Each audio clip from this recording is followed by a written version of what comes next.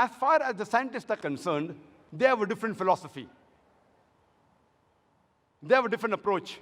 This approach is known as the falsification test. The scientists, they are so busy. There are so many new theories coming about, they don't have time to analyze it. They say, if you have a theory, first give us a way to prove your theory wrong. If you come about with a new concept, first give us a way, show us a way how to prove your theory wrong. Albert Einstein, in the beginning of the 20th century, he proposed certain things.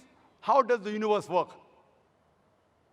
Along with it, he gave 3 ways how to prove his theory wrong. The scientists, they examined for 6 years, and then they agreed it was right. Now, anyone who gives a falsification test, it deserves to be heard. It doesn't mean the person is great or the work is great. It may be right, may be wrong, but anyone who gives the falsification test, it deserves to be heard. There are innumerable falsification tests mentioned in the Quran. You want to prove the Quran wrong? It is very easy, you try it out. Very easy. There are some falsification tests which was meant only for that time, when the Quran was revealed. Some is meant for today, some it will be meant till the last day. I'll just mention about 4 or 5 because of lack of time. One very good example is about the story of Abu Lahab. Abu Lahab, he was the uncle of the Prophet Muhammad sallallahu alaihi wasallam, and he was given this nickname, Abu Lahab, the father of the flame, and he was one of the staunchest enemies of the Prophet. Whenever he saw anyone speaking with the Prophet, he used to wait. Moment the Prophet left, he used to go to the man and ask him, what did the Prophet say? Did he say black? It is white. Did he say day? No, it is night. He used to speak the opposite. He was one of the staunchest enemies of the Prophet. He went out of the way, he even lied many a times just to prove the Prophet wrong. Now there's a surah in the Quran by the name Surah Lahab, chapter number 111, which all of us know very well. It's recited many times in the Salah, Tabbat Yada Abi Lahab wa Tab, etc.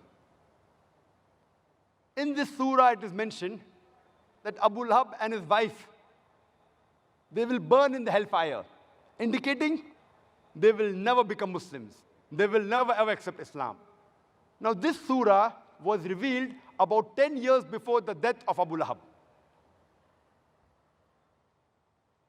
When this surah was revealed, only thing Abu Lahab had to do was accept Islam, and the Quran would have been proved wrong. Not actually. Many of his companions who were his friends, in the span of 10 years, they accepted Islam.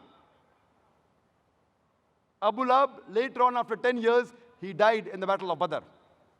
10 years, he had time. The Prophet was constantly reminding him for 10 years, you accept Islam, and the Quran will be proved wrong. So easy. Only thing he had to do was say, I am a Muslim. Finish. Not that he had to behave like a Muslim.